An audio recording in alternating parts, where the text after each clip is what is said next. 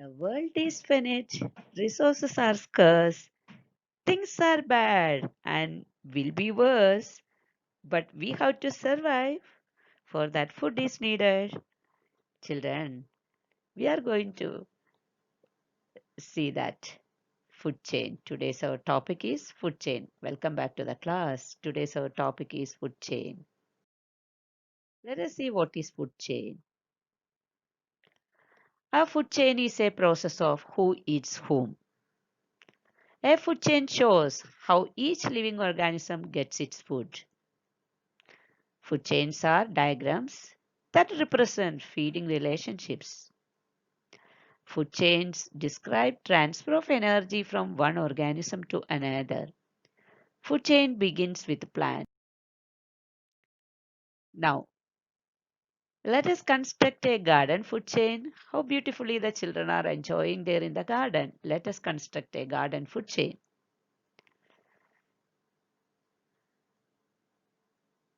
What's this? This is a grasshopper.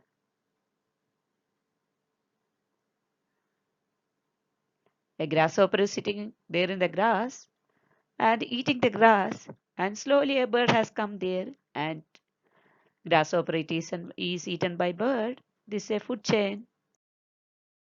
Now, let us see another example. A forest food chain. Here, plant tomato. Who has come here to eat tomato? The rat. Rat has come here to eat tomato. And who has come there? After seeing the rat, the snake has come and the rat is eaten by the snake. And seeing the snake, the sky who was there? Uh, Eagle was there and the eagle eats the snake.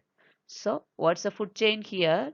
The food chain is tomato, that is the plant, that's eaten by rat, and rat is eaten by snake, and snake is eaten by eagle. Move on to the next slide. Next slide we will see the aquatic food chain. Aquatic food chain means food chain in water. Okay, let us see. What's this plant? This is a water plant, water hyacinth. Water hyacinth is eaten by a small fish and the small fish is eaten by a big fish. So here there is aquatic food chain. Move on to the next slide. What is that? Let us see. Next slide is food web. What is a food web? Many interconnected food chains form the food web. Let us see the examples. Here is a food web. See here, basic thing is plant. Plant is eaten by deer and deer is eaten by leopard. Leopard again, when leopard, this eagle. Here again you see there rat. Rat is eaten by fox. Fox is eaten by snake. Snake, then monkey. Here grass, grasshopper, bird, mongoose, and eagle. So you can see many food chains here, and the interconnected food chain is called a food web. Move on to the next slide. Food chain versus food web. What's a food chain? What's the difference there? How can you differentiate a food chain and food web? A food chain shows only one pathway out of many possibilities. There are so many possibilities. The cow or the rat can be eaten by a snake. The rat can be eaten by a cat. So many possibilities are there. But in the food chain, that shows only one pathway out of many possibilities. Whereas in the food web includes many interconnected food chains. It shows that most organisms eat and are eaten by more than one species. Now let us see the food pyramid, food chain pyramid. What will be the basic? The base plants will be there, and the next level plant eating animals will be there, and the last level, the pyramid top corner, who will be there? Flesh eating animals. This is the what? Food chain pyramid. Base of the pyramid, plants. That means a food chain begins with the plant. Next one is plant eating animals. Who are they? They are the herbivores. They are the consumers, herbivores. Then the next one is flesh eating animals. They are the carnivores. They are also consumers.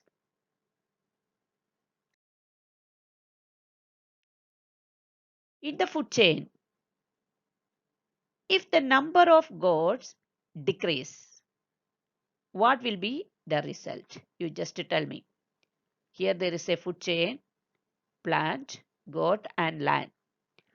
If the number of goats decrease, what will be the result? Or the number of goats number is disturbed.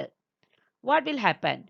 The entire food chain will be disturbed. The lands, they will not get the food, and they will hunt so many other animals, and finally that animals, those animals also decreasing their number.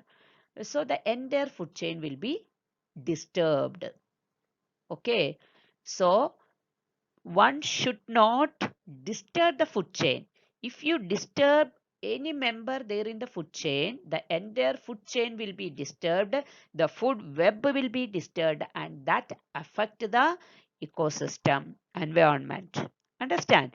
One more thing I wanted to say is, in the food chain, who will get the maximum energy? The herbivore will get the maximum energy, and the carnivore will get the minimum energy. In the food chain, the first animal will get the maximum energy, and the last animal will get the minimum energy, though the lion is stronger than goat. What is the reason for this? The reason is that in every step there is loss of energy. In the food chain, in every step there is loss of energy. What values you must learn from the food chain? Yes, interrelationship among plants and animals that balance the ecosystem. You must understand the value of interrelationships.